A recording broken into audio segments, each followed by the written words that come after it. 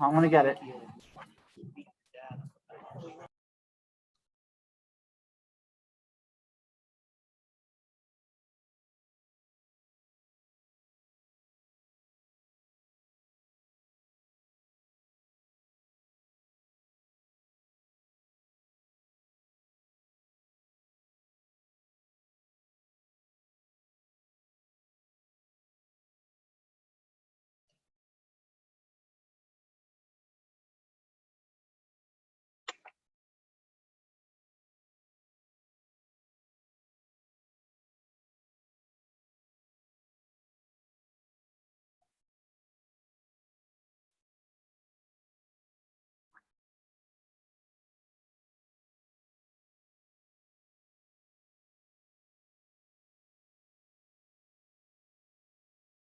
Mary Ellen, can you hear me?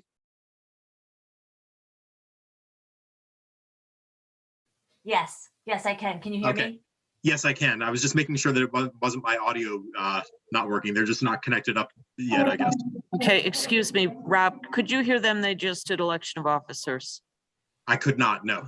All right, guys. Because it was on you and you were on mute. Yeah, Okay. I can't hear anything.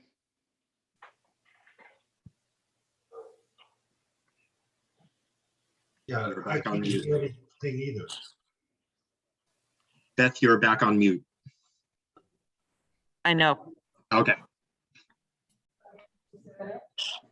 Our first item on the agenda is a public hearing continued for Procure, state of Untitled Chapter, Wetlands, non-conforming section 7(1)(c)(3)(6) Wetlands.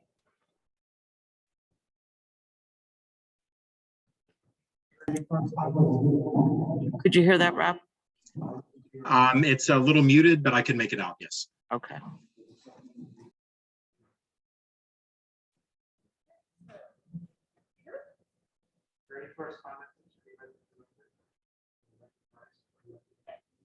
have, the only thing I'm seeing is a letter of December 13th, like it read directly. Doesn't have to be read. Okay, when I acknowledge your letter from December 13th, 2021, that's the Wetlands County Planning Town Executive, so that's your also. Thank you. Is this microphone working? My name is Peter Olson. Can you hear him, Rob? Not well. Yeah, not very well. Excuse me.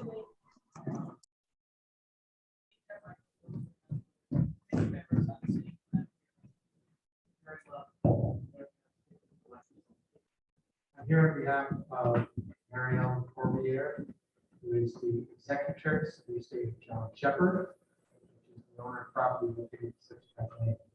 Pretty sure I saw Mary Ellen in the Zoom earlier. We had the initial part of this public hearing on November 9th. And I'll just refresh you quickly what this is about. They're asking you to amend section 7(1)(c)(3) of the zoning regulations. The amendment is to revert that section to somewhat what it was before January 1, 2010. January 1, 2010, we adopted a comprehensive rewrite of regulations. And one of the things that happened in that comprehensive rewrite was a change in how you treat non-conforming lots, non-conforming parcels of land. In the regulations before 2010, there were certain criteria, such as setbacks and lot size, that would require merger of two adjacent non-conforming parcels in the same ownership. In 2010, that section was broadened by a lot to include an extensive amount to include every aspect of non-conformity. And one of the things that is swept up was whether or not lots had frontage. So my client has 4 parcels of land that bear an address of 6 Lane. None of them have frontage.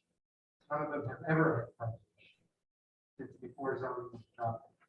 There's a map up on the screen. This is a 1939 map where Mr. Stilson or Isaiah Terry. You can't see on that screen, this map kind of goes all the way down to my maps.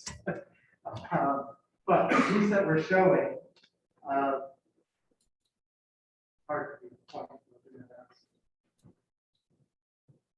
This lot and the two pieces above it are three of the parcels that were owned by the state of John Shepherd.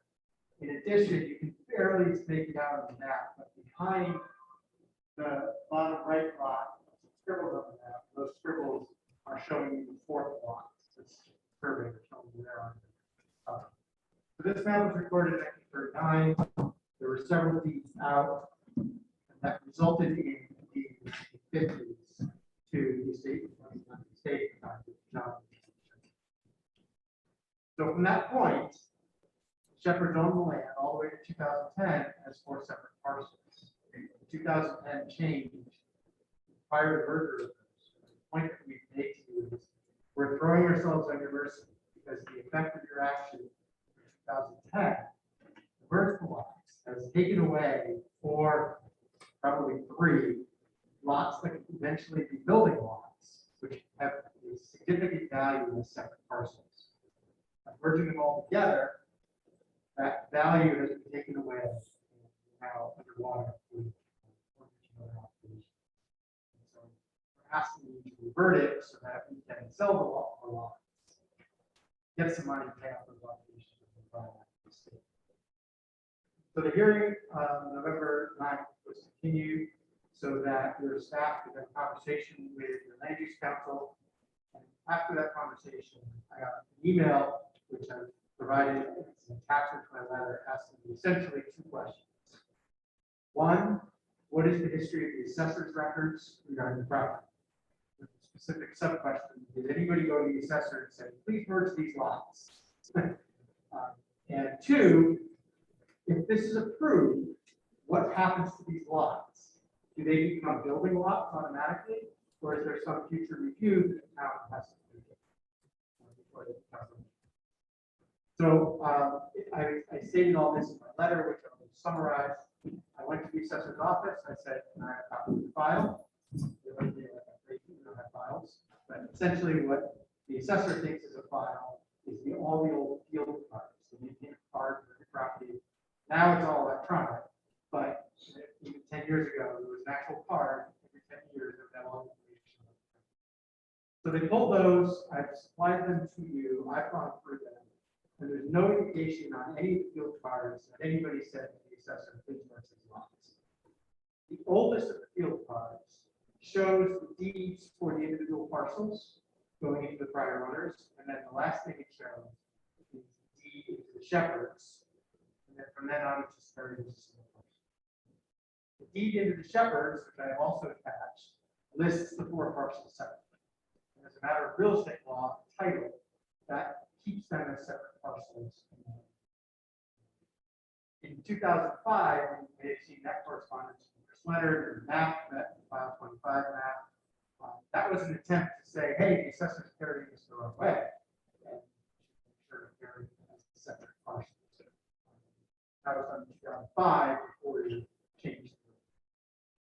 So I think the answer to the first question is no, nobody said to the assessor do it this way, but it has been that way for a very long time. Second question is what happens after the land is approved to approve it? My answer to that is they're just parcels of land. They have a use under the zoning regulations, which is undeveloped land. That is a permitted use in the residential zone. In order to change it from undeveloped land to residential single family, which obviously is the intent, the owner will have to get a zoning permit from the town. They'll have to get a building permit from the town. They will have to get a wetlands permit because there's a stream that runs right through the property. There's a bunch of wetlands. In issuing the zoning permit, there's a set procedure in your zoning regulations. Doesn't say anything about what the rules are. It just really applies to regulations. But in the general purpose of the regulations and the purpose of the residential zones, there's lots of good language that basically says purpose of zoning regulations. Fire, for access, environmental, Those are all things that can be considered in reviewing a zoning permit. So if the plan for a house is designed, and the Wetlands Commission approves it, and the building department approves it, the zoning department will be able to review that and get input from the fire marshal, everybody else to say that this is appropriate.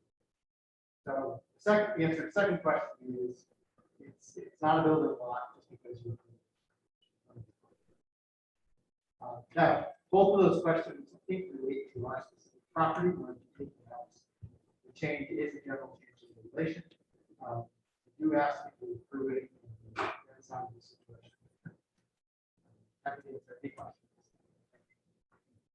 So we just wrote down published. Is there anyone here who would like to comment on this application? Is there anyone here who would like to comment on this application at this time?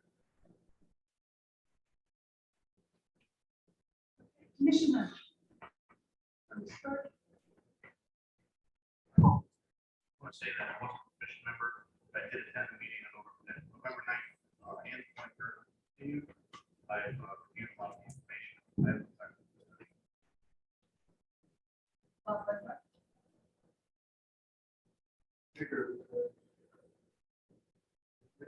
those lines stay the way they are.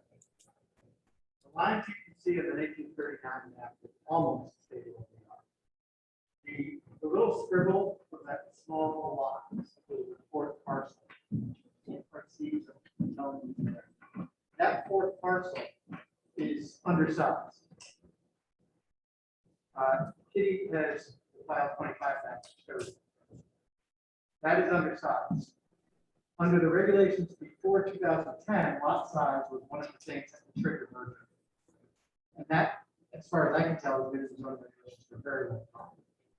So I think what the answer is that if you revert to the language that I proposed, that parcel 4 is going to have to be merged into either the front piece of that. So we'll end up with 3 parcels, with roughly that one. One of the 4 parts have a house on it already. Yes. That would stay the same. The one close to the road. Oh, No questions.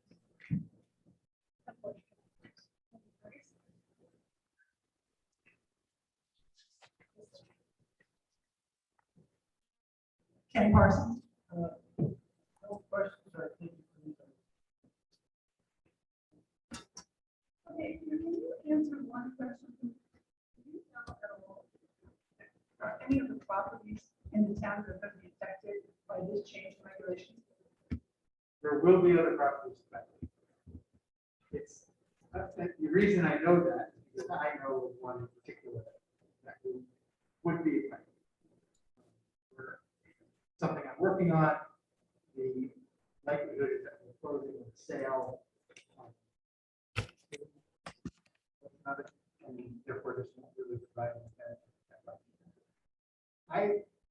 The only way to really tell is to look at every parcel in the town that doesn't have frontage and see if it's adjacent to some other parcel. But the reason I drafted the amendment to only let frontage be the criteria instead of some other criteria that somebody else might. And I think as you go along, if you further away from 2010, the number of people that realize that they were affected by the act of 2010, it will just be the situation for them for many, many years. And they're not going to be as desperate as we are to fix the problem. That's all I can really say. I don't personally know whether properties that have 2 adjacent non-frontage. Rich Simmons, do you have any comment? No comments here. Thank you. Rob Wallace? No comments at this time. Thank you. No comments at this time. Beth, do you have anything to add to this one? No. Okay, so, with consensus to close this hearing tonight? All in favor? Karen, please vote. Thank you.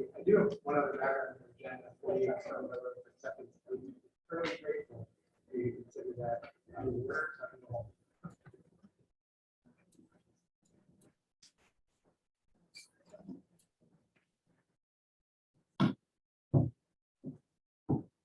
Chairman, can I speak in regards to that? Do you want to add it to move it up on the agenda and then we can discuss it?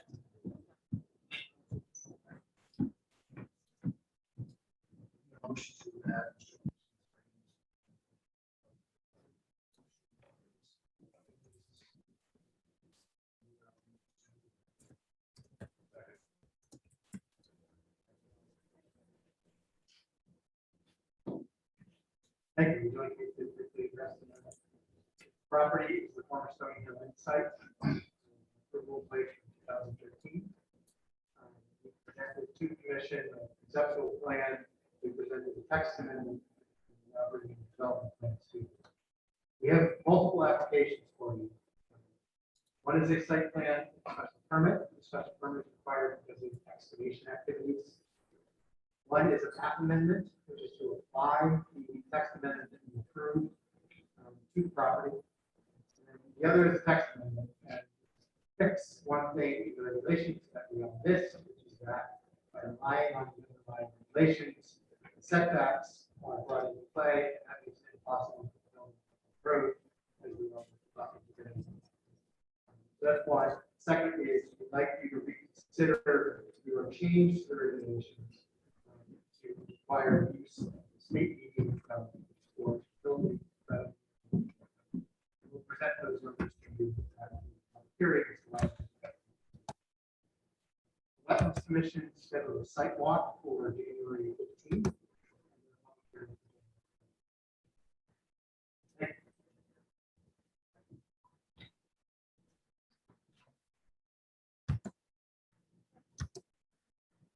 Chairman, can I make some recommendations to the commission for you guys to consider?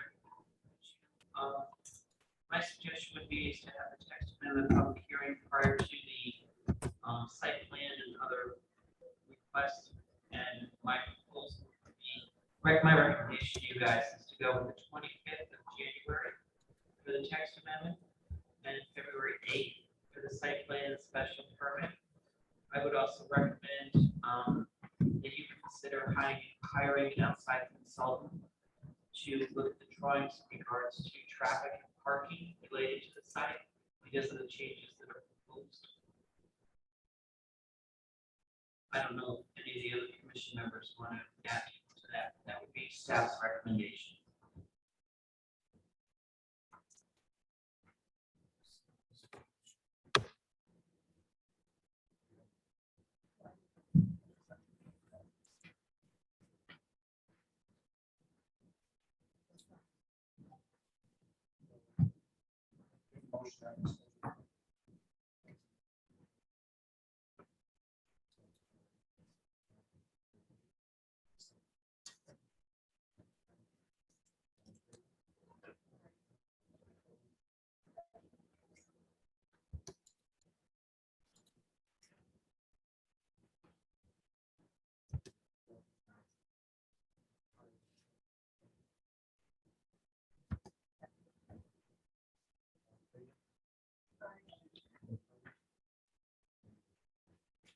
For those members that are new to the commission, we have standing consultant Michael Galante with River Park Associates. Is the firm name, but I forgot what it is. And we'll be discussing that with the applicant.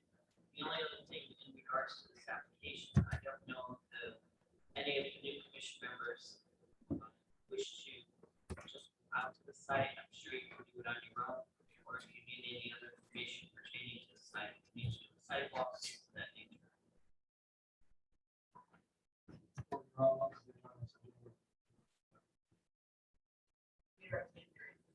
You're all welcome to join us on January 15th for the Wetlands Commission. There's more than 3 of you. You should schedule this. Thank you.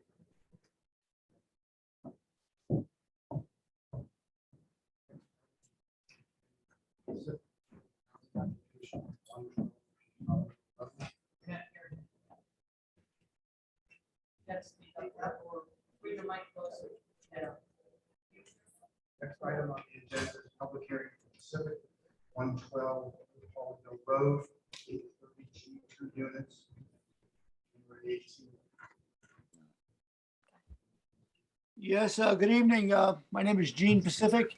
My legal representation, Mr. Marcus, is stuck up in Warren, and he requested that we be moved to the end of the meeting so that he'll have time to get down to at least Milford and have phone service at that point.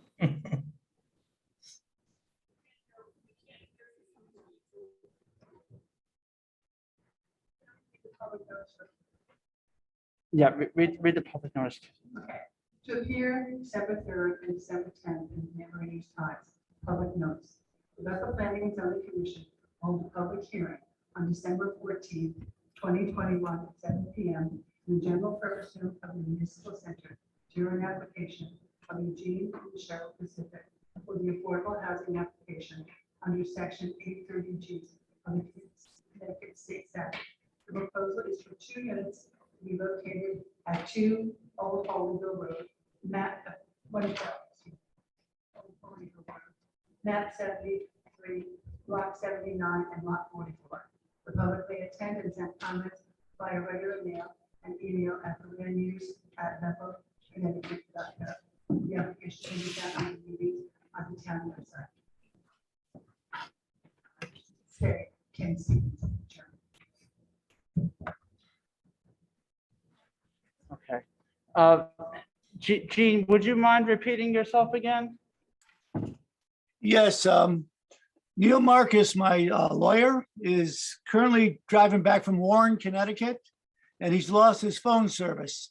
So he asked that, he just called me from a phone and asked that we be pushed to the end of the meeting, towards the end of the meeting, so that he has an opportunity to get closer to the area so he can have service and participate in the meeting.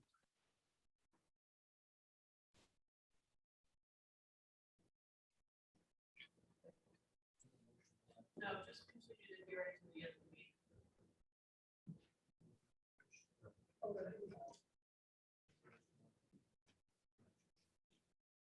Next item would be 6 Lane. Up there. Affordable housing application.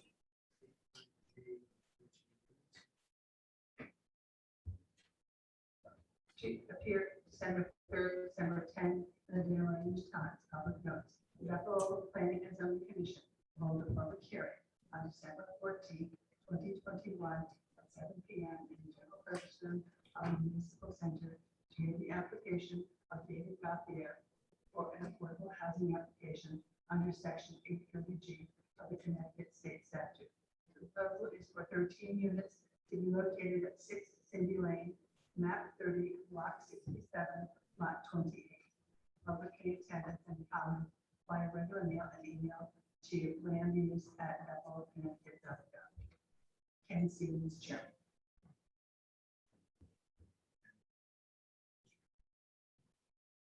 Applicant. Mr. Trinkus, are you on?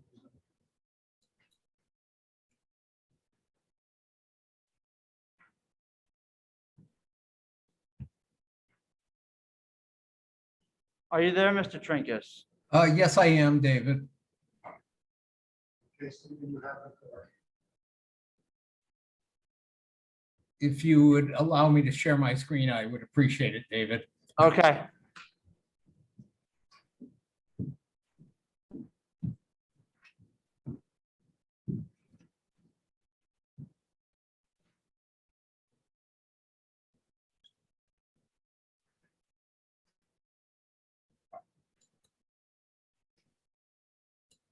Screen share is enabled. Thank you.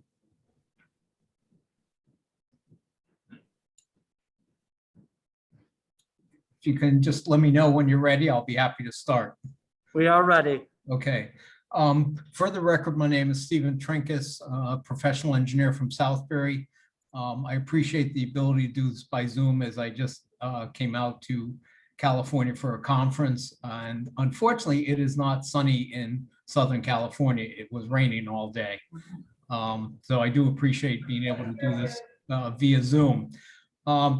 The subject property is just under 39,000 square feet owned by Dave Gauthier on Cindy Lane, number 6 Cindy Lane. There is an existing single-story building approximately in the central portion of the site that has 3 residential rental units already in it. The driveway comes into the south of the building and the parking is behind the building. To the top of the page are properties owned by DeLuca that come off Maple Avenue, just to give you a little bit of an orientation to where it is off Cindy Lane. There is a pipe, I believe this was originally a water course that came down Cindy Lane. This was piped through the site. It's all, I believe it's 24 and 30-inch pipe. It's all buried. There is no open water course and hence no wetlands on the site. Most of the site is open. Trees were located by the surveyors. As you can see, some in the central portion. A lot of locust, which is kind of an unusual tree species. We don't see them too much. And then there are, just to the north of the building, there's a clump of maples on the subject site and just to the north of the existing building. This is a proposal under 8-30G, the Affordable Housing Statute in Connecticut. What we propose to do is put a second story on the existing building with an exterior stair on the north side of the building and an elevated walkway for the second story units for entrance. The existing brick steps that are currently provide access from the parking lot to the 3 units, they're going to be reconfigured as needed to match up to the new parking area and back. A 24-foot driveway comes in just south of the existing building to basically a T configuration. A second building would be located to the south. This would be a 2-story building. There would be no deck or outside stairs. The stairs would be internally, which I can show you with the architectural plans. We have parking all behind the building. There's 8 spaces behind the existing building, another 7 behind the proposed building, and another 8 kind of going to the southwest. Additionally, there is a single standalone unit located in the northern corner of the site. There would be a 1-bedroom unit with 2 spaces. This would be right now proposed to be occupied by the owner's mother. For that, the other units would be subject to rental. The stormwater management system, we did a series of test holes on the site. We have very good sand and gravel. So the main detention system is located behind the new building. We have catch basins to collect the water. It goes to a manhole where it goes to an ADS water quality unit, very similar to what we used at 64 Worcester Street, an underground Cultex system, and then an overflow pipe back to the catch basin, which is located just to the west of Cindy Lane, and that drainage system that runs through the site. We're also, this is attenuating a lot more pavement than our actual increase is, but we also put in a singular catch basin and a shallower Cultex system in front of the existing building to catch more water that would come out the driveway. With these 2 systems, I didn't need to do any detention for the single-story building over here because we still would have 0 increase in the peak rate of runoff at Cindy Lane, which is our design point. Stormwater management report was provided that has all the computations for that. We have an erosion control plan. Again, there is very minimal site grading being proposed. There is a low modular block wall proposed on the southwest corner of the parking lot because as you can see, the grade here is relatively flat, and then right towards the property line, it goes up. So in order to grade this, we'll have a low modular block wall right along the background area of the parking. And then we have very mild grading. There's it's probably within a foot for the most part. So we're not disturbing a lot. We have a soil stockpile and we have silt fence as needed down gradient of the site. There would be 2 anti-tracking pads, one for the main driveway and second one when the singular unit would be constructed. We provided a full construction narrative and details that conforms to the 2002 erosion guidelines, which are also referenced in the Town of Bethel land use regulations. We have construction details provided for all the information. We show the aerial fire truck movement coming in and out. The dumpster would be located in the northwest corner of the parking lot. And since the aerial truck is way larger than a dumpster, than a garbage truck, if the fire truck can get in and out, so can a garbage truck. We have a landscape lighting plan. Oh, actually, excuse me, we have watershed maps that go kind of hand to hand in the stormwater report. I find these are easier for your reviewer, right, Pierce, versus a reduced copy that's appended to the stormwater management report. We have a landscape plan and lighting plan. Lights will be done by low bollards, not elevated poles. We'd have arborvitaes planted between the new building and Cindy Lane. We're going to bring in a new walkway from Cindy Lane to the existing building. And there is, again, smaller landscaping. There's azaleas and mountain laurel proposed along the front of the existing building. Similarly, for the single unit, we'd have arborvitaes between the unit and the northern property line and some mountain laurel in front. And that's the site plan. Let me just quickly go through the architecturals. I did get a link from Beth about the middle of last week with staff comments, and obviously we'll continue the hearing so that I can provide a written response to them. I simply wouldn't have not had time to get anything to you in advance of today. So this is the existing building, again, 3 units on the first floor.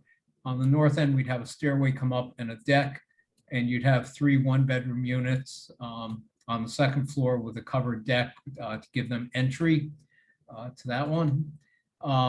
What this would look like, this is the architect from BBS Designs. Chris has done the architecturals for both 64 and 91 Worcester Street. So again, clapboard type siding, wood doors and windows. It is basically it's a 2-story house. Granted, it is larger, but we're following the existing footprint. For the new building, the first floor entrances are facing Cindy Lane. There are 3 doors. The upstairs units all have their access from the rear of the building, where we'll have stairways that go up to the second floor. And then you have the 3 one-bedroom units on the second floor. This is the rendering of that larger building, kind of a barn-like structure with the gable ends to break up the roof line, and a centerpiece, forgot what, a cupola that is commonly found on New England barns. Lastly, the proposed single-family unit, would be basically a 1-story unit, with attic area upstairs. Neil Marcus from Cohen and Wolf did prepare the affordability plan, which is based on other ones he's done in town. And like I said, I'd be happy to answer any questions. I will say that it's in some cases it is difficult to hear some of the commission members with the questions, but we will try to. If I can't hear them, I would simply ask if the staff can have those in written form and provide them to me. We'd be happy to answer them if I'm not able to hear them. Same with public comment. So let me just go back to site plan, and that would be the presentation. Thank you.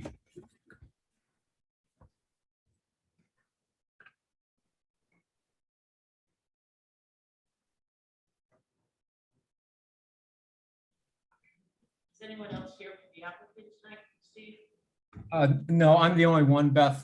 Okay. All right, so just for the record, Mr. Chairman, I just want to recognize the correspondence you received. You have a letter from Diane Kurtz at 43 Maple Avenue. You have a letter from Brian Walters Jr. at Walnut Hill Road, and Gary Lindy Wisnowski from 5 Sydney Lane.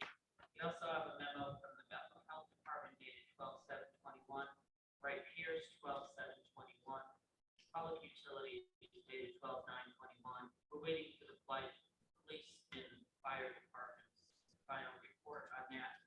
All correspondence has been given to the commission.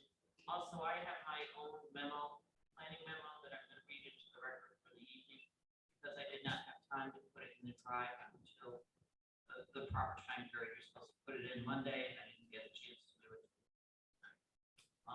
I started this memo back on March 3rd, 2021, and I revised it as of 12/14/21.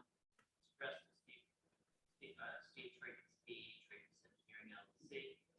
Land use staff offers the following comments regarding proposed development concept consisting of 12 units and one single-family dwelling unit located on the subject property whose design appears to consider the standards outlined in Connecticut Statute 830G.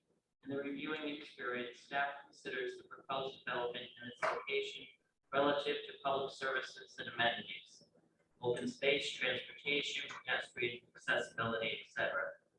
In the process of converting the existing 3 units residential structure to a 6-unit residential structure and considering the proposed decking to be placed on the front side of the same, staff is of the opinion that the structure's appearance would ultimately be similar to that of a commercial business, specifically a motel. Staff has never previously reviewed a residential structure whose facade would emulate that of a commercial building. Step number 3, staff recommends that the applicant consider the neighborhood surrounding the subject property, which is comprised of a dead-end street and smaller single-story residential structures, such as ranches and capes. The majority of the housing stock within the neighborhood dates back to the 1960s. From a planning perspective, the town has consistently attempted to consider 2 elements in reviewing 830G applications, where the subject property is not located within either an affordable housing zone or multifamily housing zone, and does not have immediate access to public services, sidewalks, bus transportation, etc.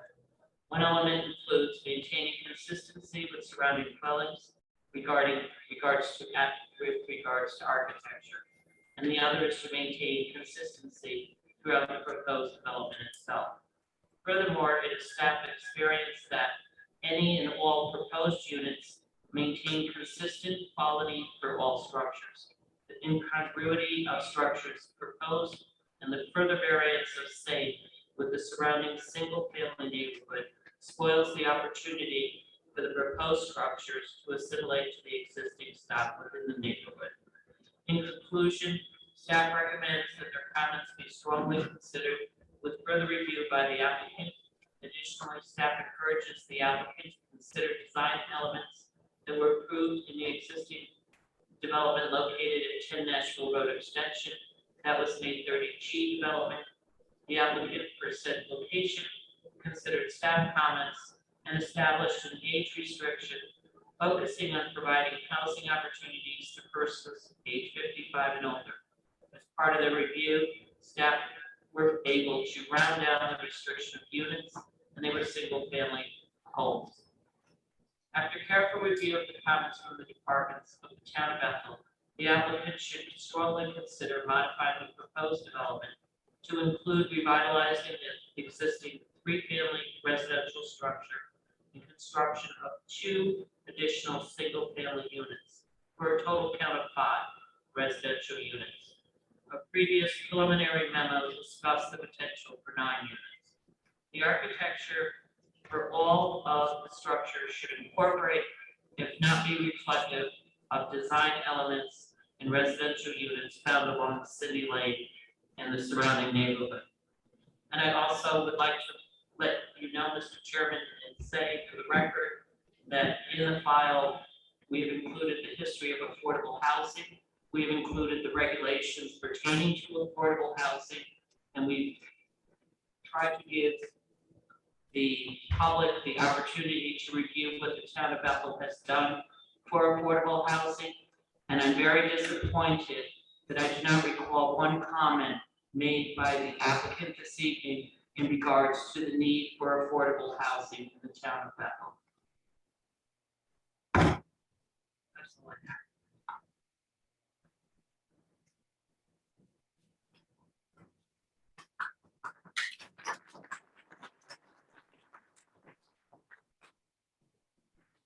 record.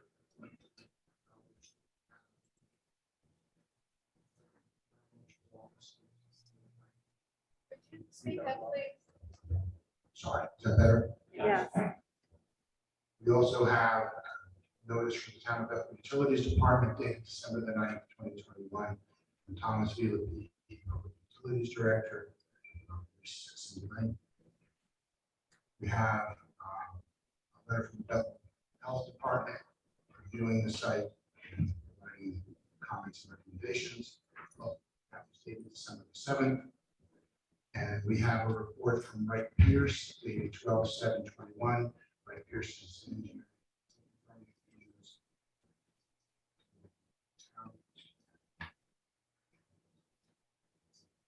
This time, I'd like to open up for public questions or comments, please direct me to the commission. Everyone has made their comments. The applicant can answer questions. If you want to speak, please step up to the microphone. David has it. State your name and your address and comments or ask your questions.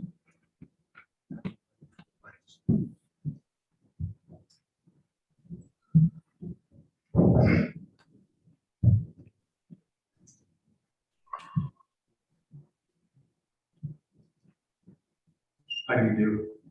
My name is Mike Dover. I represent Mike Dover, And your address? DAUBERT. I'm here representing 22 Swing Lane. We're here to oppose the application. There are many things that came out in our group meeting. My neighbors are here also. I'll be speaking to many different facts that we found throughout the application that might cause a problem.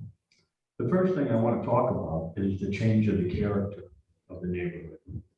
This application will greatly change our neighborhood. Our neighborhood's a small 16-house development on a dead-end road with a very narrow roadway. This application is almost doubling our street, causing 13 more residents to a street that only has 16 residents to begin with. And that is a very large increase and would be the last thing that the town would want, especially as we talk about a non-conforming lot. The only reason this lot isn't like all the others on the street, it was built, predated most of the other homes in the 60s. And it superseded our zoning laws.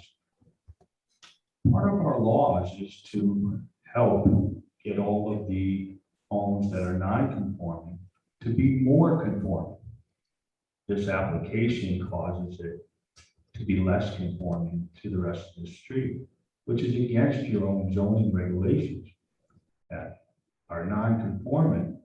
We don't want to increase that problem and triple, if not quadruple, our number of homes into that street. There were many things that came out of the application as we read it. And I'm just going to touch on a few bases of that. As we went through, and you see that they filed it under a statute for affordable housing. But I was shocked when I didn't hear any of that in their presentation. I see one of our commissioners has brought that to our attention. The affordable housing fact wasn't even in there in their presentation.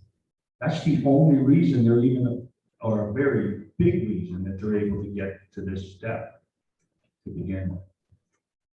So as we bring that forward and we think about 13 more units, some of the things that's shown in the application that didn't quite make sense.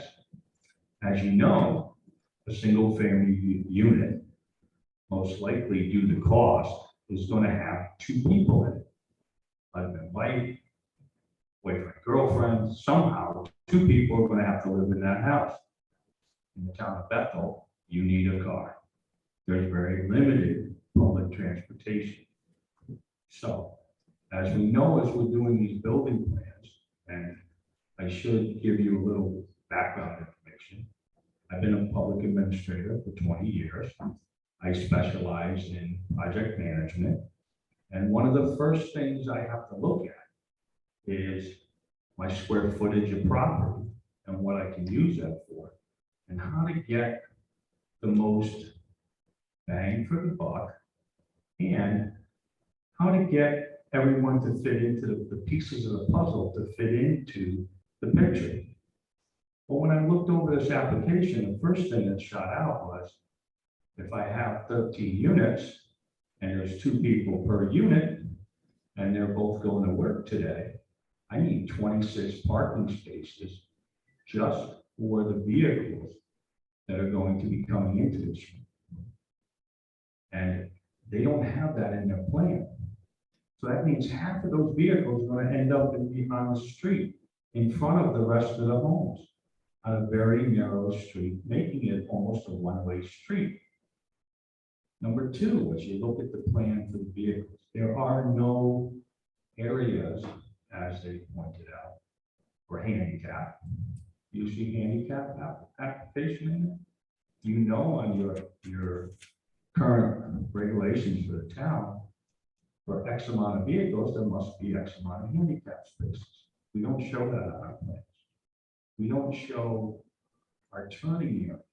If those cars are all parked there, a fire truck isn't getting in at night. If everybody's home and a fire alarm goes off, or God forbid, a fire starts, the width of our fire trucks aren't getting into that parking lot at all, which means it's going to shut down the rest of the street, which means it becomes a safety and health concern for the rest of the street. And that's a direct violation that your commission is supposed to ensure us as residents doesn't occur.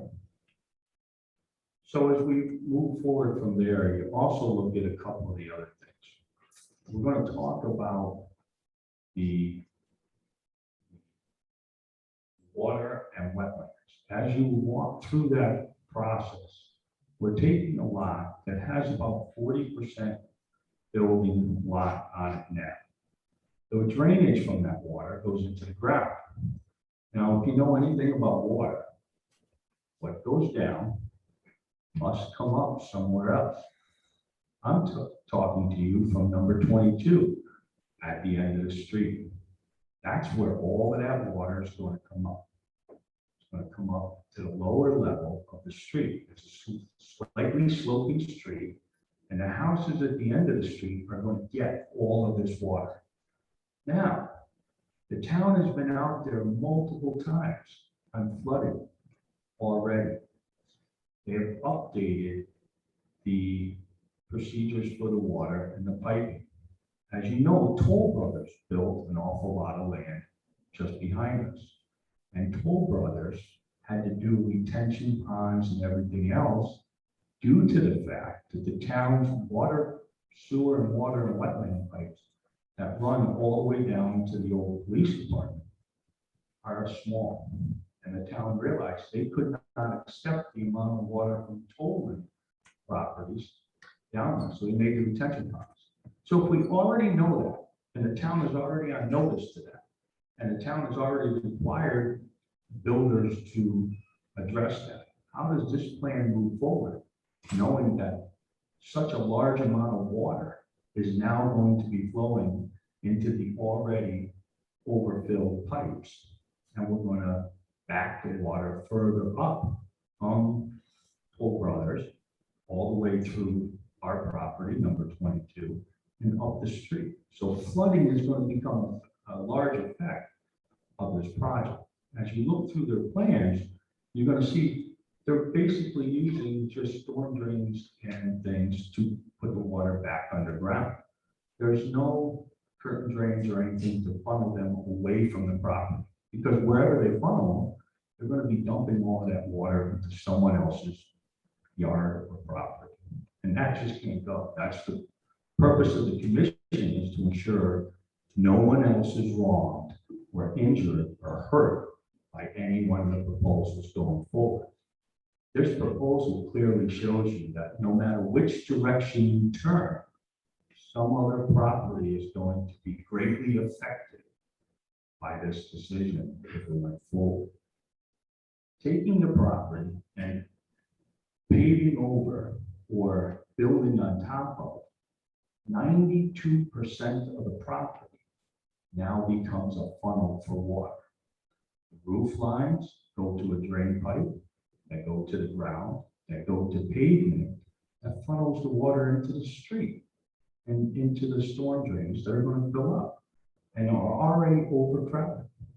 So one of the things I'm going to actually look at, greatly look at, the floodplains and the water issues regarding this property that it's going to be affected.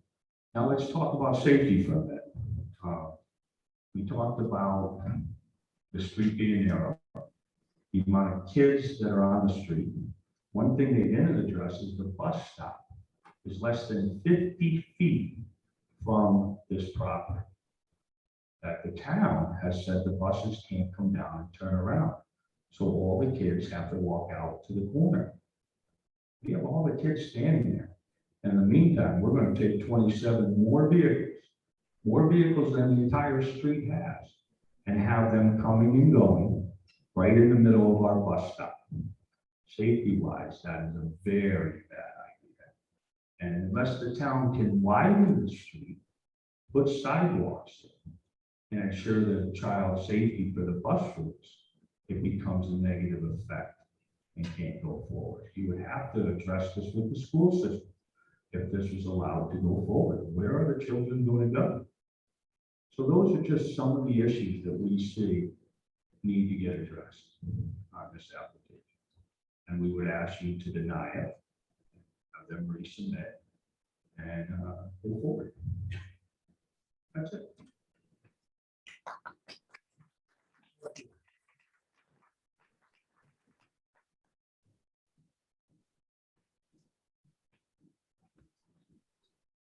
Good evening. My name is Michelle Kellerman. I live at 19 Cindy Lane. I've been a resident of Cindy Lane since 1997. It was my first house that I bought. We've raised multiple kids there. We still have a house full of kids. So I have a huge interest in the safety of kids. I still have a 9-year-old at home. So we're not done yet. So I prepared a couple of points that I'd like to be heard tonight. First of all, thank you for listening to us. Like I said, I've been a homeowner since 1997. My family and I have some important concerns over the proposed development for 6 Cindy Lane. After you hear our concerns, I ask that the commission carefully consider how these concerns affect the safety and the character of our neighborhood. Cindy Lane is a narrow street, as you mentioned before. There are currently no sidewalks on our street. I believe that the safety concerns will result for many children and adults and pets that walk regularly on the street, many heading downtown out for exercise, walking their pets, or heading to and from the bus stop, which is located at the corner of Cindy Lane and Milwaukee Avenue. These safety concerns will be a direct result of the increased traffic that will be created under this new proposal. There will naturally be more cars parked in the street, even with the parking spaces proposed, especially when they have post visitors or more delivery trucks. We're going to have more Amazon. I mean, there's just going to be a lot going on.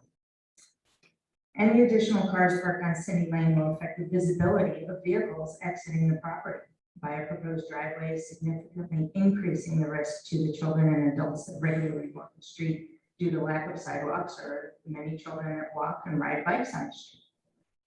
The rest of the residents will also most likely incur the same safety concerns. So now we've got to be triple careful, quadruple careful, times 26 more careful when we pull out of our driveways. So that's a concern, especially with new drivers in the house. When cars are parked directly across from one another on the side of each side of Cindy Lane, there are serious concerns about the ability of emergency vehicles, especially fire trucks, to safely access all of Cindy Lane in case of an emergency.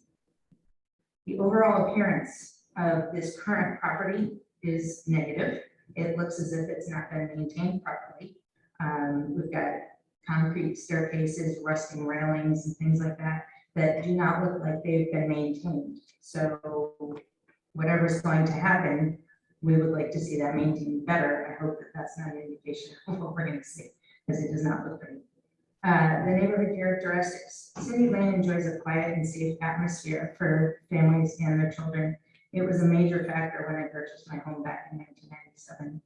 Adding the proposed housing units to the 19 that currently exist on our street, current residents will experience significant increases to risk of personal safety, as well as increased noise levels due to increased traffic from proposed residents and visitors.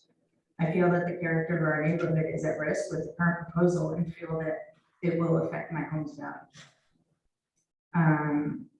As a small business owner, I do run a business out of my house. I'm sole proprietor and I rely heavily on internet. So this is just something else that's going to affect me. Not sure how it fits in planning and zoning. However, I do feel it's worth mentioning.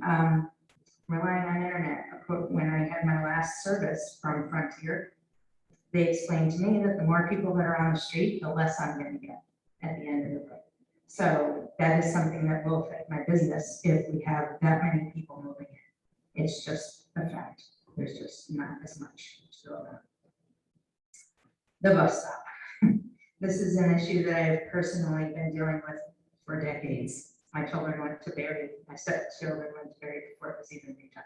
So, and we're still going all over. So the bus stop is an issue. There is very limited space for parents to park their cars near the bus stop at the end of Cindy Lane while they're waiting for the school bus for their young children. We basically park on next to the corner unit, which they've put up with us all these years, but increase that by a lot of children, and you've got cars that just can't fit there, and there's been times where we can't fit there. So the additional housing units are likely to bring additional school-age children, which will create an associated safety concern. Current corner property owners will be adversely impacted by the congested near and directly on their property, and there won't be enough room for students to stand while waiting on the street itself. Therefore, they have to stand on the property owner's lawn on the corner. Where else should they stand? So we respectfully ask that the commission reject this plan for the reasons that I just discussed. Thank you.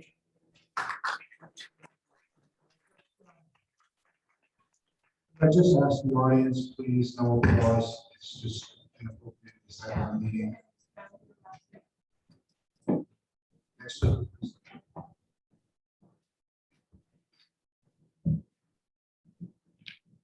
Hi, my name is Chrissy Arditi. I am at 21 Cindy Lane.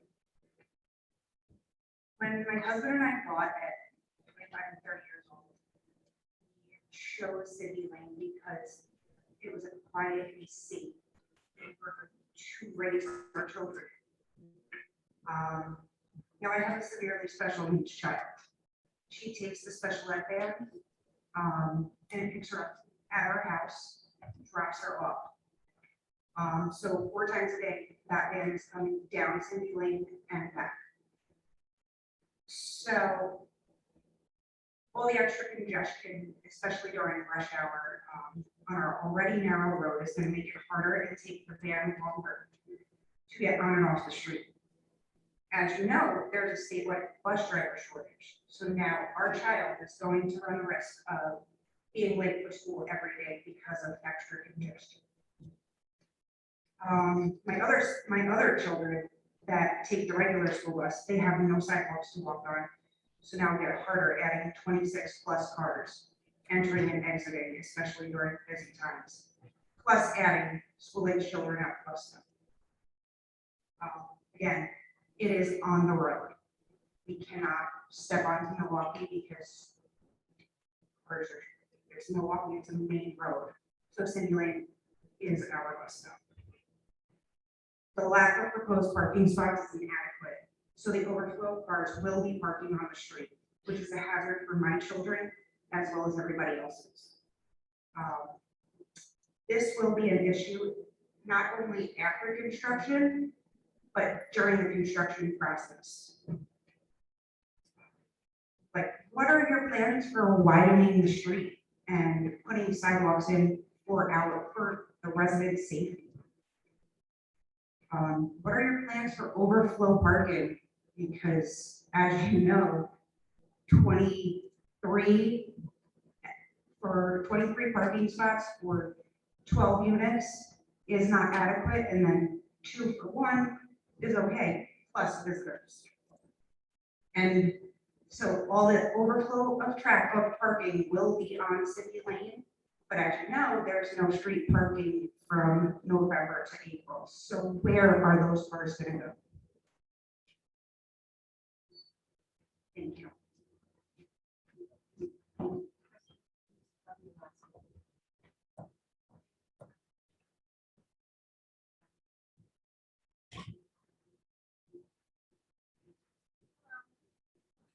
My name is Shelly Murphy. I moved 14 months ago. I moved here from Danbury, so I'll give you my experience in downtown Danbury where I used to live.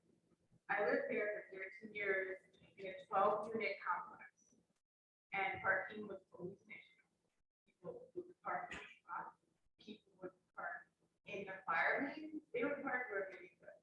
And I couldn't have a tow fence private property.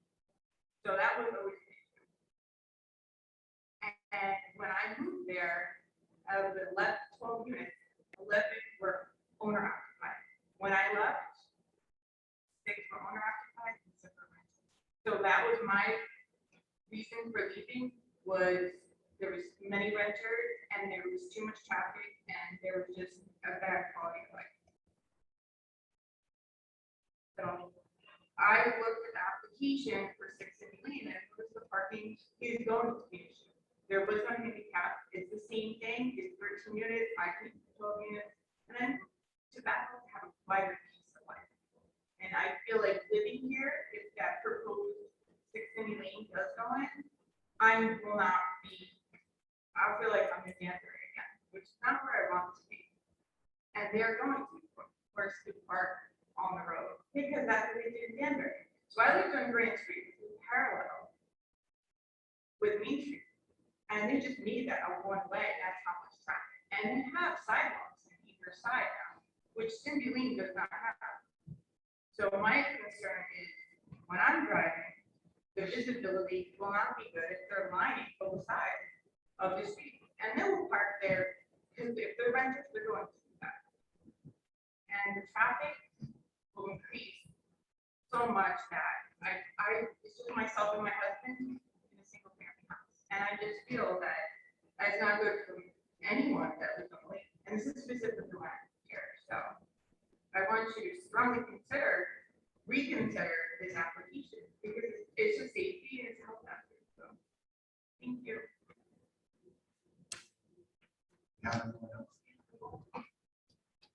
We're just getting warmed up. I think there's a couple more people coming.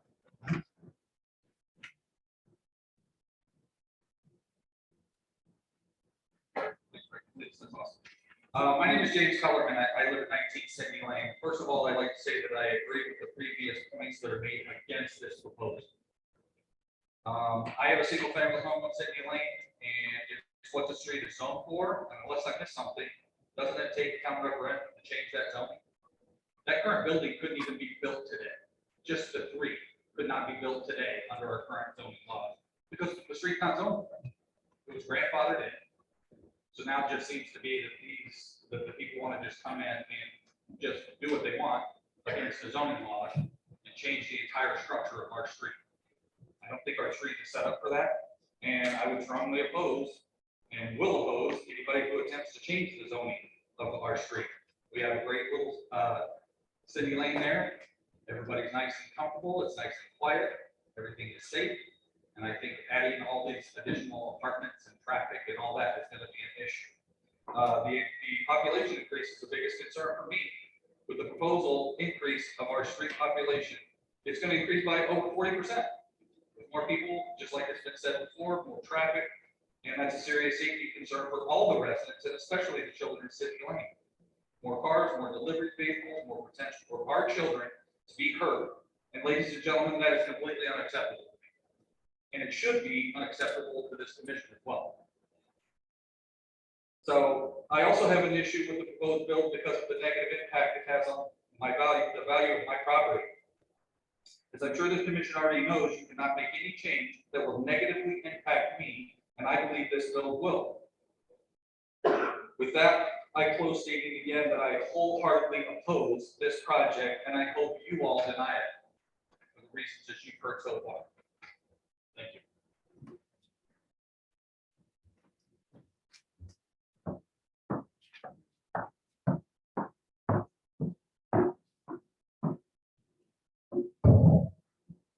Good evening. My name is Lisa Delore. I reside at 22 Cindy Lane. I have done so for 30 years. I've had quite a history on Cindy Lane, as my neighbors will attest. My house was the house that used to flood. You may recall that there was a stream. Some of you that have been around as long as I have may recall that there was a stream that ran behind Cindy Lane, and it was all of the runoff from Governor's Lane, Boyd's Hill, etc., that came down into that stream and then ran behind Cindy Lane. When we got a rainfall, it was really, really bad. It would back up into my house. That was the problem in the back. Then we had the problem in the front, inadequate stormwater drainage. My house ended up looking like a little island in the middle of a very large lake. The kids were super young at the time. Again, I've been there for 30 years. My daughter would look out her window and scream and cry because she thought she was going to drown. The water was that high. I was rescued. We were all rescued by the wonderful fire department here in Bethel. 3 times the water was so high. I had 16 inches of water in my home, not in my crawl space, in my home. I was on the cover of the News Times. It was so bad. It took 2 administrations with the town of Bethel. First, with, oh gosh, it was the administration before Charlie Steck, John Field. Cliff Urchin, excuse me. Cliff was in office the first time we started flooding. And we flooded time and time and time again, and the town didn't want to do anything about it, except reimburse us for our losses. We had significant losses. The town didn't have to reimburse us, but I will tell you now that I certainly do appreciate the compassion that you showed. Next administration, Charlie Steck and John Field. Everyone has always been wonderful, but they didn't take action. John said to me once, Lisa, when it happens, call us. Doesn't matter what time it is. And I did. I called. It was the middle of the night. Charlie and John came out to Cindy Lane. The water was backed up halfway down the street. Most of my house was underwater. And I said to John, is this what you want to see? Is this the way you want your daughter to raise her kids? Is this acceptable to you? I think that was finally the turning point. That's when things started to change, and the town somehow found money to put the large pipes in the back of all of our homes. We close that up, cover it over, and that problem was mostly solved. I will add that I put in several forms of drainage around my house during this time to ameliorate the situation. It was not that helpful. So we're left with the stormwater drainage problem on Cindy Lane. I will tell you that this last heavy rainstorm that we had, 8 weeks or so ago, I had 2 inches of water in the back room of my home. This has not gone away. And now we're here talking about possibly, if this application is approved, substantively increasing the amount of stormwater that's going to puddle in front of my home, in front of all of our homes, and back up on Cindy Lane. I do understand that there is an explanation for how some of that water is to be addressed, but ultimately it's going to back up into the storm drains. So I feel like this is deja vu for me. You're probably thinking, oh, this woman is really worried about what could potentially happen to her home again. I'm not worried, I'm terrified. This cannot happen again. If the town does not have the funds to make the accommodations for the additional housing, then this application cannot go through. Or if the applicant does not have the funds to make the accommodations to the street, then this application cannot go through. In closing, for all of the reasons that have already been outlined here, that you have so patiently listened to, and we all thank you, in addition to my significant concerns, I request that this application be denied. Thank you.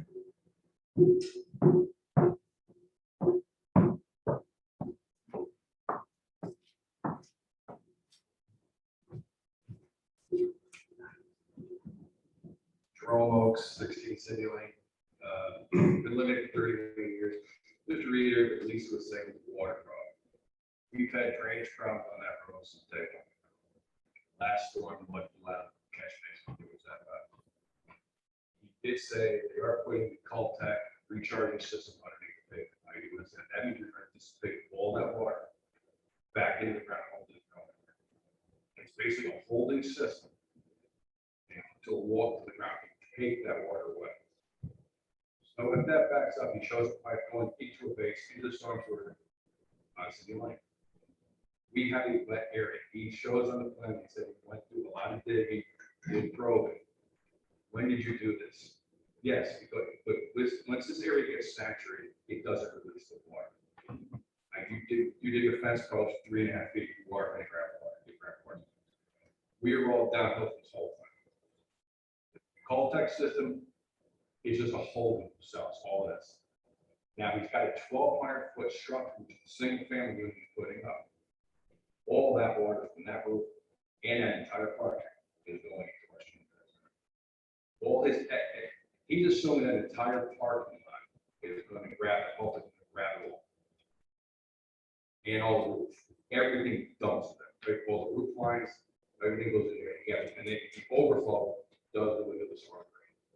It's going to inundate the system that's being already inundated. The lines have to, once you get past, there is a 24 and a 30, then only went to the next house down, could be number 12. The town put a 54 squash pipe, filled that entire creek, but that it was taking the water twice. Hickok, all that water, we're the lowest one. The water comes to that point, everything past Toll Brothers, and where the old police station was, what happens after that? It goes into the Colorado swamp. Once that backs up, it just comes right back to us. So adding all this extra water into that system is going to be enormous. Also, the sewer system. I assume the town checked the sewer line. Water line, the sewer line is 8-inch line. And if we don't have an 8-inch water line, is that sufficient for fire? We have 2 hydrants on that street.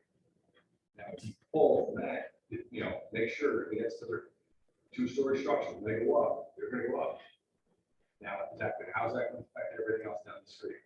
The water, I mean, it was an 8-inch line that was only replaced 15 years ago. But now is that going to be adequate enough for all this? And it's like we're doing the sewer line. So that's a lot. I mean, you got 13 units that you're adding to resources. We have to check into stuff. So, I mean, other things like for those reasons alone, I would highly recommend times application. It's not helping the town, it's not going to help our community. Thank you very much.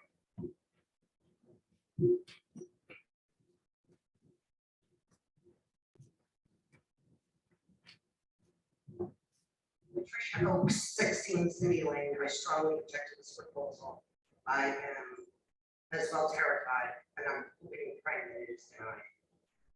We have lived there for almost 32 years in February. We raised our boys, half the neighborhood raised our boys. We raised all of each other's kids.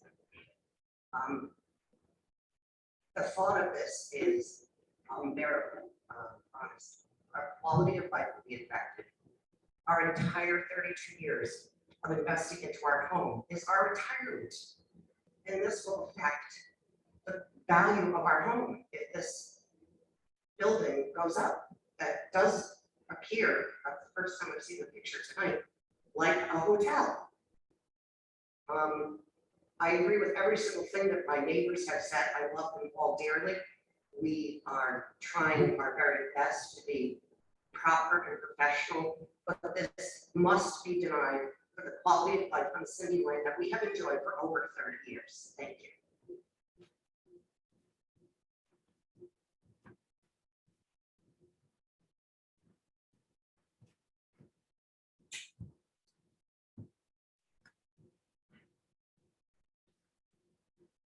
Louis Tucci, 9 Cindy Lane. I agree with everything that's been said. Getting back to one point though about the upkeep of the existing unit right now, as far as it's not being upkept at all, as far as the outside appearance. For over 2 years now, there have been 3 pallets on the front lawn of construction material. I believe it's stone. The owner has done nothing about it. So obviously the owner doesn't care aesthetically about what our neighborhood looks like. Because if he doesn't care about what's on his property, why should he care about what's on our property? We all upkeep our homes. We all are out there weekend and days and nights, cleaning and everything, whether it's just not even on our own property, but the streets are, during the winter time, we all pitch it into everybody else's lawns or doing everybody else's driveway. The owner is like a non-existent owner. He doesn't care. He just wants the rights for the units. He doesn't care about what we have to look at. I have to look out my window at my door every day and just see these pallets sitting there. And they're sinking into the ground and bend their down. So I hope that you take everyone's opinions into consideration and deny this. Thank you.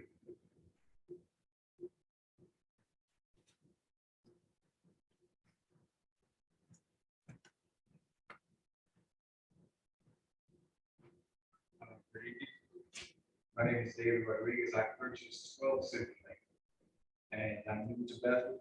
I'm new in every aspect of the word. I'm a father. I'm a father again. And I moved to Bethel to better my life from the Bronx. My whole life lived in the Bronx. So when I see this application, I know what a motel looks like. I'm all over the Bronx. And they use for shelters and they use for halfway housing. And sometimes, more times than not, they bring about the wrong element. I moved to Bethel and I moved to Cindy Lane, more specifically for the family life, to give my kids a better life than I had. And I've been welcome amongst my neighbors. Everybody's been pleasant, everybody helps everybody, and that's what I signed up for. That's what I was sold when I decided to move again. I have my wife, my son, and now I have my father, 75 years old, who's a dialysis patient and needs transportation 3 times a week, hard transit. That hard transit bus has to make a U-turn in an already narrow street all the time. Now, with the added vehicles, traffic to and from, it's going to make things more difficult for that to happen. On top of that, as my children get older, they're not going to be having the experience that some of the older kids of the neighborhood were able to enjoy. Riding their bikes freely, playing basketball on the street, as I've seen some do. And I want that for them. I want them to be able to enjoy where they grow up and have memories like these other children have on the street. So, of course, I'm speaking to the lifestyle and the experience of everything. Logistically, all the concerns that have been voiced, I wholeheartedly agree with 100%.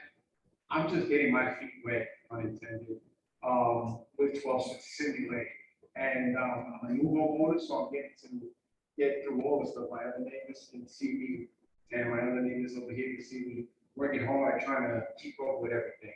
Because I never did it before. So I'm doing it now, and I don't want to have more concerns than I already have. You know, the water is already an issue that I'm trying to mediate, and that's going to be an added flow, an added,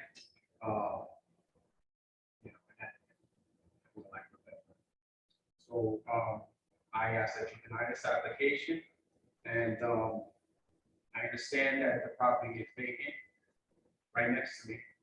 I'm worried about the privacy. I'm worried about the encroachment onto my driveway space and my property that is backside of a small property that they were showing in the design. And I think that if there were to be other things built there, similar to what we already have established, is single family dwellings, and that would mirror the charm that we already have in place. Thank you for your time. Have a good day.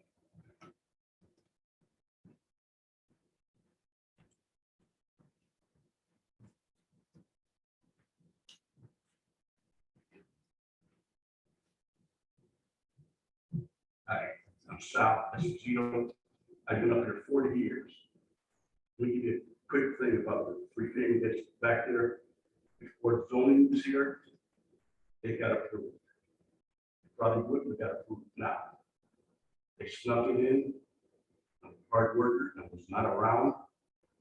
And I believe zoning was going to do right, put 3 single families there. All of a sudden, they put this free unit there. He wants to add something on top of that. No way. It's way too high. If I had lived up here and I saw that here, I would not have bought my house. Now you're talking about he dug down for water and he didn't hit any. I had a swimming pool put in there. They went down 6 feet and they hit water. So I had to have a pump put in for the pool. So don't tell me there's no water down there, because there is water down here. Talking about cars. That many cars, they had one go through the fence, the backyard, because they can't turn around back there. And you got like 26 cars there? No way. No way that should go through. I agree with every one of them that it does not belong there. Thank you very much. Now, this is, 41 years left. Back to you. I don't need a garbage unit against my back fence so I can smell it either.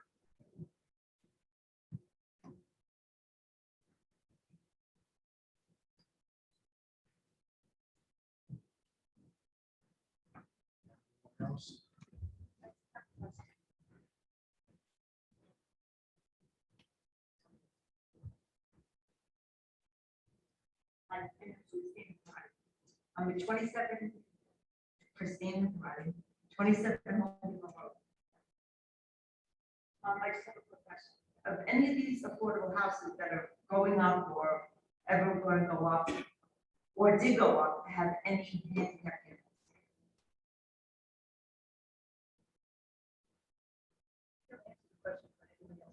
Oh, sure. Thank you. Have anyone on the Zoom call that would like to speak?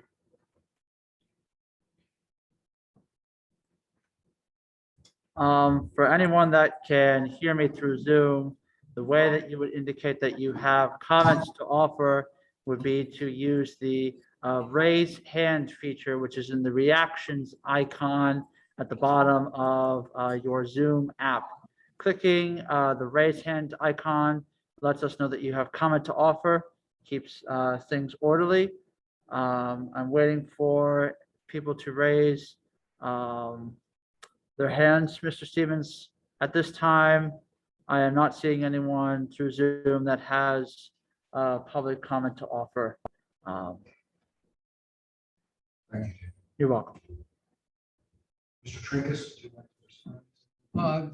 Mr. Chairman, at this time, I will respond to the continued hearing when I can sit down and review all of the staff and public comments and provide a written response to your agency.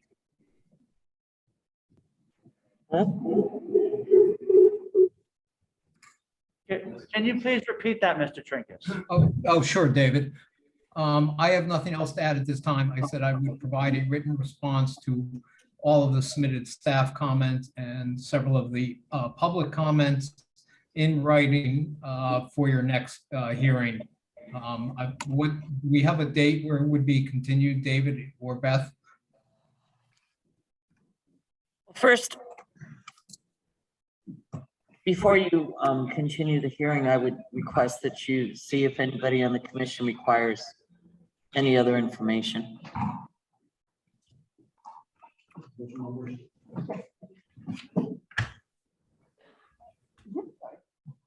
Mr. Trinket. Yes, I can barely hear you. Are you going to respond to all the different departments from the town of Bethel as well? Because there were many questions as well as writing here. Yes, I'm going to respond. I took notes during all the public commentary. Now, I have one other thing I would like to ask. I would like to do a sidewalk for the town, or with this commission. And I would like to have the building and the property all staked out, so we know. I was here for 35 minutes yesterday, and I felt like I couldn't see where everything was going. So I'd like it all staked out. And I would also like, with you next meeting, to show us where there's going to be any green space with people who are going to be living in these buildings, not just blacktop. Yeah, we can get it staked out so you can see where the building and driveway will be. Obviously, one building's already there, but we can do that prior to a site walk. I would assume the site walk with the time of year would be after the first. I'm just, because I will not be back in my office till next Monday, and then that's the week of Christmas, so.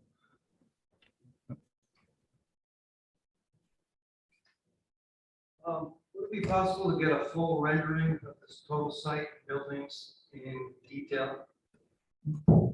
Well, there were full-size architecturals submitted. If you want a printed set, we'd be happy to make them. Not architectural details, I want an artistic rendering of exactly what it's supposed to look like. Thank you. Okay, I will ask the architect. Okay.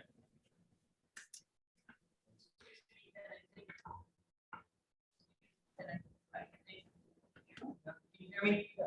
Ken, I think what you're looking for is the access from the front of the building, especially the access from the front of the buildings that isn't shown on the architectural renderings. Is that what you're looking for too? Yeah. Okay. As far as the sidewalk, guys, Steve is right. You can't do anything until after the first of the year. This meeting, I believe, would be continued to the 11th of January. So I'll connect with staff, with you guys, with the commission, and see when it's convenient for all of you to do a sidewalk, and then I'll check with Steve on this day. Yeah, Beth, I can tell you whenever you and the commission pick a date, I'll be available. So we'll plan to get it staked out before the end of the year, so it's ready whenever you determine a site walk date. Thank you. Any other questions?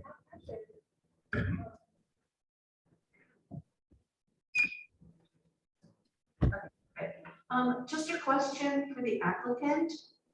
Why this property? Excuse me, I missed that. I'm sorry, why this particular property? This property actually previously existed as 3 approved lots and then was combined as the singular parcel. The owner, bought the property. The original building actually had 3 2-bedroom units, with the second bedroom being the size of a large closet, for lack of a better term. So he has been renovating he's done 2 of the 3 units to make them 1-bedroom units. More of a functional 1-bedroom unit instead of a 2-bedroom with a midget bedroom. And he proposes to do the 3rd unit also that way. Unfortunately, we're in the R10 zone, which does not allow duplexes. If it was the double R10 zone, that would have been an option. So this was the option to increase the value of this of the property and provide a need for housing. It was mentioned early on in the presentation that this was being proposed under 8-30G, which is the affordable statute. I'm not sure that answers my question, but thank you.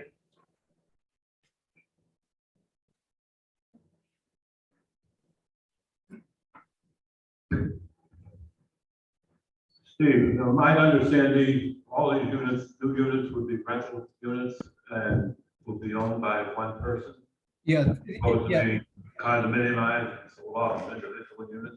Yes, that is correct. All of them would be owned by the current owner and they would be rented out, similar to many of the other 8-30Gs I've done in town. They're not going to be condominiumized or they're not going to be sold. They're going to be rented. Would there be a plan to put like a homeowners association into those units? There would be no need if they're under one ownership. I'm looking at ensuring to visiting neighbors here that, you know, the property will be upkept properly as it hasn't been attacked.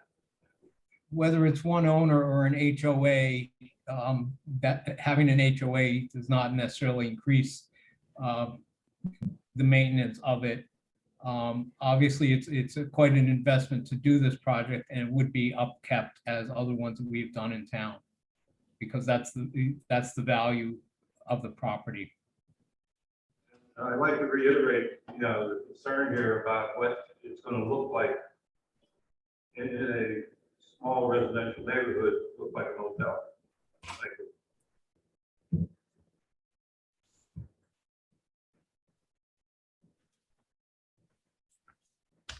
I was just wondering, how high from the ground will the cupola be? I'd have to ask the architect. I don't think he has a dimension to the top. If you give me a second, I will look. I don't believe there was a dimension to the top of that. No, there is not, but I will ask the architect what to add the elevations of the first, second floor, the top of the roof and the top of the cupola, so we can give you those answers. And my concerns also, it just looks a little bit like a motel. Thank you. Thank you very much. Mr. Trinkus will continue. Okay, thank you. We'll get everything done. I'll let Beth know when it's all staked, but it will be done by the 1st of the year. Thank you very much for your time. Thank you. No, Mr. Marcus.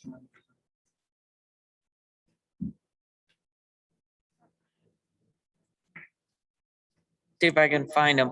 Let me see if I can find Neil. I'm looking for you.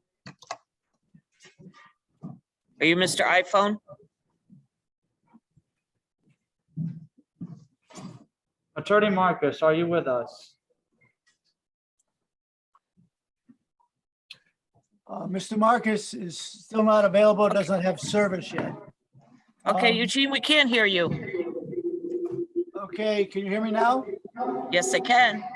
Okay, Mr. Marcus called me about 15 minutes ago, and he's still in Warren, Connecticut, and he didn't have service at the location he was at. So at this point, he said he was going to try again to get on, but I never saw him come back on. So subsequently, I'm going to have to ask for a continuation into the new year. Okay, so Eugene, you're asking for a continuation to January 11th, correct? That is correct, yes. Okay, thank you very much. Okay. Mr. Chairman, if you agree to that. Thank you very much. We will continue this public hearing for 112.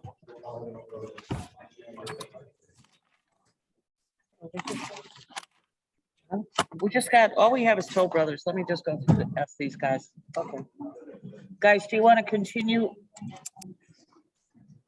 Guys, do you want to continue? We only have one other item. I have one other item to go through with you, and that is 2 motions pertaining to Toll Brothers enclosure, or do you need a break? I can't hear you. Hold on. Do you want to keep going or do you want a break? Keep going, baby. Keep going. Take it home.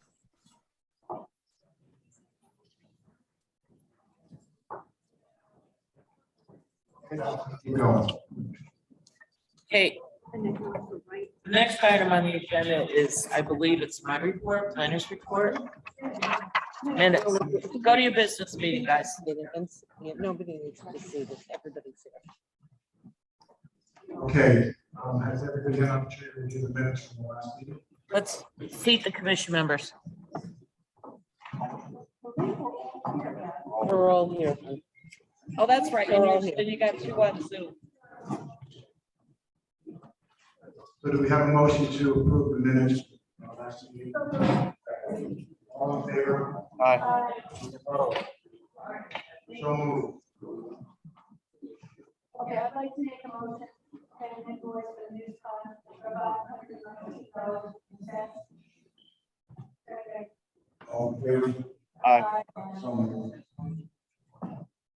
Okay. Okay, Pat, next. Pat, we're ready for you. Okay. What's the next time for? Huh? Public notices?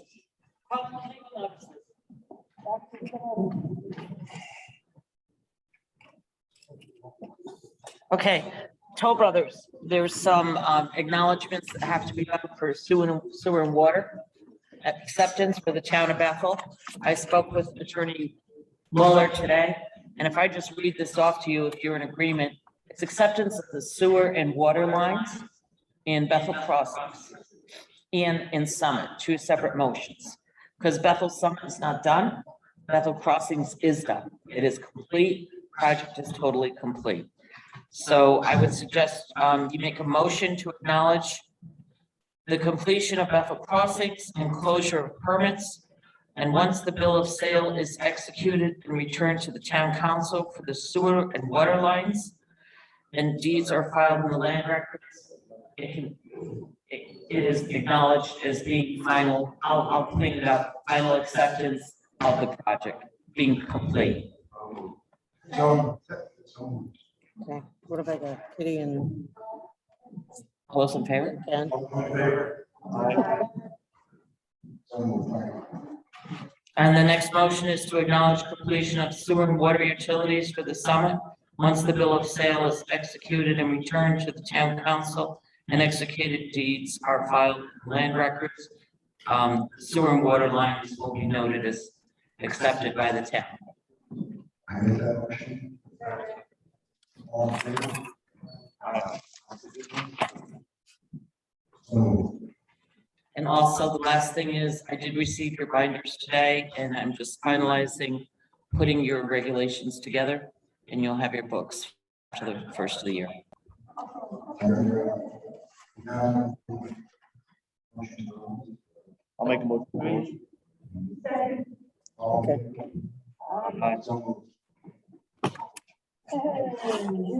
done. Wow, that, yeah. What time is it? Well, 8:50. That's good, before That 9 is o'clock. good. You know what, though, a lot of these. Gotta make sure they don't talk discussions, people know